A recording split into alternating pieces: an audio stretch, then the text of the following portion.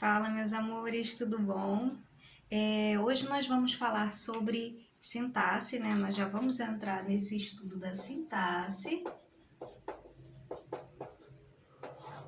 Estamos lá na página 54 do livro de vocês e fala assim: Introdução ao estudo da sintaxe, sujeito e predicado. Então, quando a gente começou a falar, né, inicialmente lá no primeiro bimestre, falando sobre morfologia, quando a gente tratou das classes gramaticais, né, nós vimos praticamente todas as classes gramaticais e vimos a função que elas estabelecem, né, vimos o valor semântico que são empregados, né, dependendo dos contextos que nós temos, né, dependendo da ordem que ela se encontra, né, nas frases, nas orações.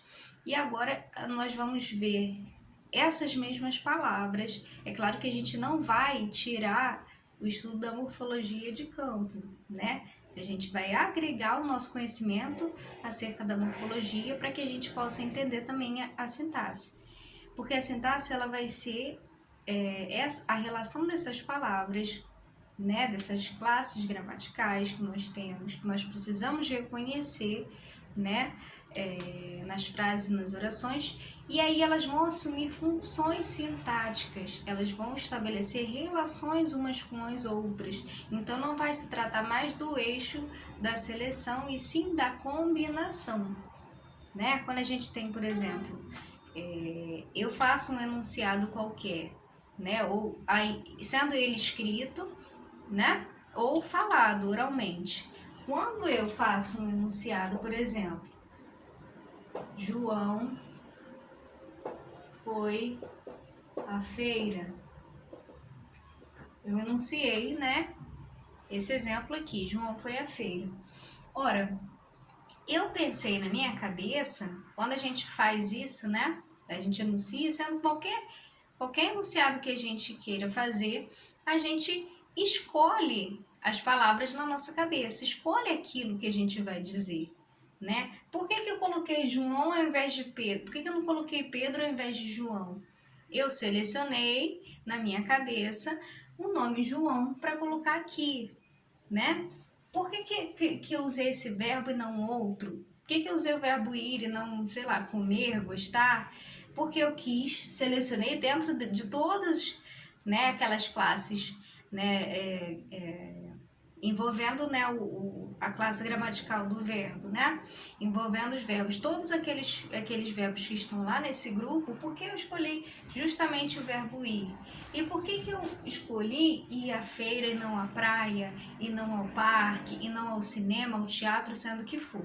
Eu combinei, eu selecionei essas palavras para colocá-las aqui, né?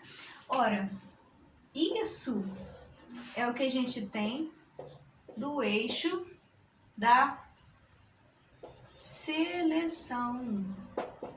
Eu selecionei essas palavras para colocar aqui e não outras. Isso é do campo da morfologia. Porque são as palavras, né, que eu coloquei aqui, selecionei, né? Eu peguei na minha cabeça as palavras que caberiam aqui e coloquei. Ora, mas essas palavras elas também estão estabelecendo relação e precisam estar umas com as outras. Esse verbo aqui está concordando no singular com o substantivo João, né? E também ele está relacionado à feira, né? João foi à feira, também está de certa forma relacionado, assim como João está relacionado ao verbo ir e também ao complemento aqui, que é complemento não, é mais uma informação que nós temos aqui, né? Desse verbo aqui sobre João, desse verbo não, sobre João, né? Isso corresponde ao eixo da combinação. Quer dizer, essas palavras foram combinadas umas com as outras, estabelecendo uma relação entre elas. Então, essa é a lógica da sintaxe. A sintaxe, então, pertence, né, à sintaxe, o eixo da combinação, né, que é a relação que a gente tem entre as palavras aqui. E a primeira relação que nós vamos ver, né, o primeiro estudo da sintaxe que nós vamos ver é sobre o sujeito predicado. Mas antes disso, eu queria relembrar com vocês algumas coisinhas. Primeiro, quando a gente fala de sintaxe, a gente pensa automaticamente em oração. Pensar em oração nos faz pensar também em frase, né? Pensar em frase, oração, também nos faz pensar em período. Então, eu vou rememorar com vocês aqui o conceito de frase, de oração e período. Frase, oração e período. Então, se eu pensar, né, que frase é um amontoado de palavras, eu não tenho como dizer que a frase é um amontoado de palavras, é um conjunto de palavras, né? Além dela ter que ter sentido, né, porque a frase pertence ao dialogismo também, né? A frase é usada para que você estabeleça uma comunicação com alguém. Então, além dela ter sentido, você tem que pensar que a frase, ela não é um amontoado de palavras, até porque nós temos frases que são né, feitas apenas, são enunciadas apenas por uma palavra, né, como obrigado, parabéns, né, silêncio, fogo, cuidado, né? Essas pequenas palavras são consideradas frases também e não apresentam verbo, né? Que são as frases nominais que nós temos, né? Só que ela, por conta do sistema que nós temos, né? Porque quando a gente enuncia, quando a gente pensa numa língua, e essa língua ela tem regras, né? Que nós, indiretamente ou diretamente, nós utilizamos. Não tem como um falante da língua, por exemplo, a língua portuguesa, né? Trocar a forma, né, natural, né, a combinação, os sintagmas, né, a ordem dos sintagmas numa oração, por exemplo. Então, eu não posso dizer nunca eu, dia, café, tomo, todos. Não tem como eu dizer isso, né? Eu tenho que dizer que eu tomo café todos os dias.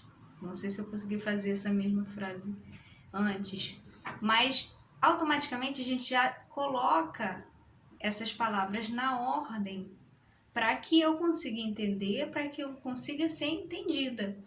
Então, numa ordem lógica, né, trata-se de um enunciado.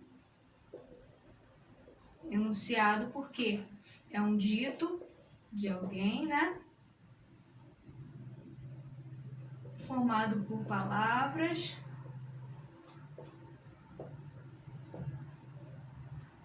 ou apenas uma palavra, né? Por palavras, né? Combinados em uma ordem lógica.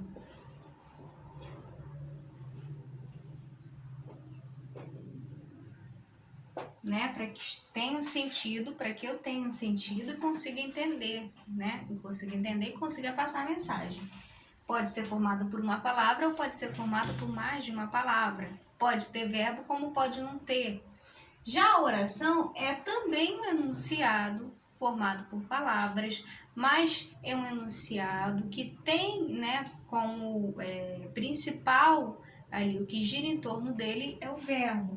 Então, é um enunciado que tem, né, como palavra principal, né, o parte principal, é um enunciado que gira em torno de um verbo, basicamente, né? Também é um enunciado, mas gira em torno de um verbo. Certo? Já o período é o que a gente delimita, né? O início de uma oração. E aí, quando você tem, por exemplo, duas orações, porque a quantidade de orações, né, a quantidade de verbos demarca também a quantidade de orações e demarca, por sua vez, também a quantidade de períodos. Então, quando eu tenho um enunciado com um verbo só, eu tenho apenas um período. Quando eu tenho um enunciado com dois ou mais verbos, eu tenho mais de um período, né? Um período que a gente chama de composto, certo? E aí é o que demarca, né, o início de uma oração e o seu fim.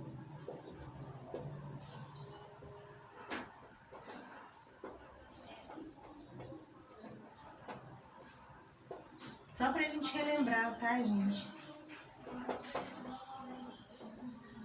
O período ele pode ser simples ou composto, né? Bem grosso modo aqui dizendo, né? Pra gente poder relembrar esses camaradas. Lá na página 54 do livro de vocês, vocês têm algo relacionado ao eixo da seleção e ao eixo da combinação. Eu espero que tenha ficado claro nessa questão do eixo, que nós temos, né, a capacidade, tanto automaticamente, ao mesmo tempo, quase que simultaneamente, a gente seleciona e combina essas palavras, seleciona e combina as palavras o tempo todo. Uma vez que estamos enunciando, a gente faz esse processo o tempo todo, né? Bom, vamos falar da sintaxe agora, né? Então, tudo isso aqui vai estar dentro do estudo da sintaxe. E quando eu penso em sintaxe, eu penso também, além das relações, né, entre as palavras, eu penso... Quando eu penso, né, em sintaxe, eu penso também nos termos. Nós temos basicamente os termos, né, de uma oração. Os termos, né, as palavras, elas vão assumir funções sintáticas e elas vão estar dentro desses termos que a gente chama de o grupo, né, dos termos essenciais, os termos integrantes e os termos acessórios. Então, a gente vai falar primeiro dos termos essenciais, tá? Os termos essenciais. Se eu digo que são essenciais, é porque eles são imprescindíveis, é porque eles são sem eles, né? Eles são tão essenciais que sem eles não haveria, né, oração, né? Então vamos lá. Quem são esses termos essenciais? É o que a gente tem. Eita fé. É o sujeito e o predicado. Então, lá atrás, né, quando a gente foi lá no 7º ano, quando a gente começou a falar sobre isso, né, quando vocês começaram a estudar sobre esses termos essenciais, sujeito e predicado, a gente né, tinha aquela lógica de reconhecer o verbo, né? E por meio do verbo, do reconhecimento do verbo, você achava o sujeito, achando o sujeito, você achava o predicado, né? Então, isso tudo tem a ver com a predicação verbal.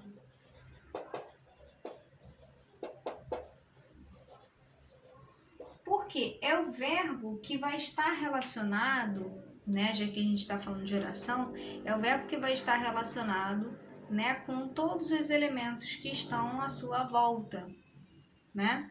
Então, a predicação verbal se dá, né, pela relação que o verbo estabelece com as outras palavras, né, com os termos que nós vamos encontrar aí, certo?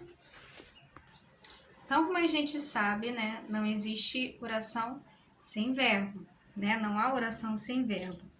Então, quando a gente está classificando o verbo, né, a gente tem que reconhecer os aspectos sintáticos da concordância e da regência, né?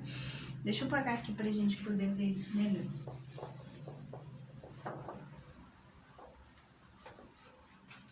Temos que pensar na concordância e na regência. O verbo, ele se relaciona, relaciona-se com o sujeito. Como que ele estabelece essa relação com o sujeito? Dá para ver? Relaciona-se com o sujeito num mecanismo de concordância.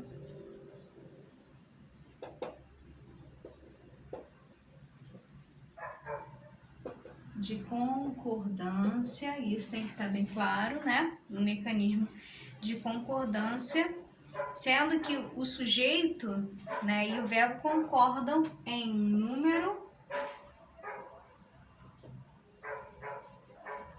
e pessoa. Então, a primeira predicação, né, que nós vamos ver aí, né, a questão da predicação verbal. O verbo relaciona-se, né? A relação que o verbo estabelece numa oração é com o sujeito no mecanismo de concordância em número e pessoa. Então, essa é uma regra, né? O sujeito ele tem que concordar com o verbo em número, tem que concordar com o sujeito em número e pessoa. Outra relação que o verbo mantém na oração é pelo mecanismo de regência.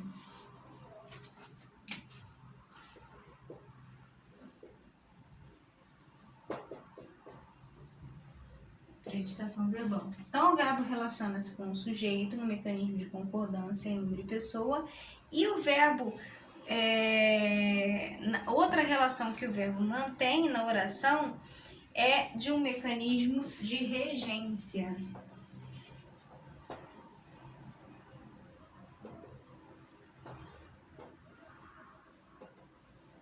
Então, basicamente, é a concordância e a regência, né? A concordância e a regência da presença ou não de algum tipo de complemento ou circunstância que o acompanha em sua significação. Então, essa regência, né, vai ser ou algum complemento acompanhada, né? O verbo ele vai estar acompanhado de um complemento ou indicando uma circunstância de algo, né? Como, por exemplo, o exemplo que eu dei anteriormente, né? Aquele enunciado, João foi à praia, né? Foi à feira, alguma coisa assim, né? Então, esse à feira indicando, por exemplo, né? Uma circunstância de lugar, né? Que o acompanha em sua significação. Então, basicamente, são essa lógica que a gente tem que pegar, né? O verbo estabelece uma relação de concordância e de regência. Então, a princípio é isso. Logo mais a gente vai falar mais com mais detalhes em relação a essa predicação verbal. Tá bom, gente? Beijos, tchau, tchau.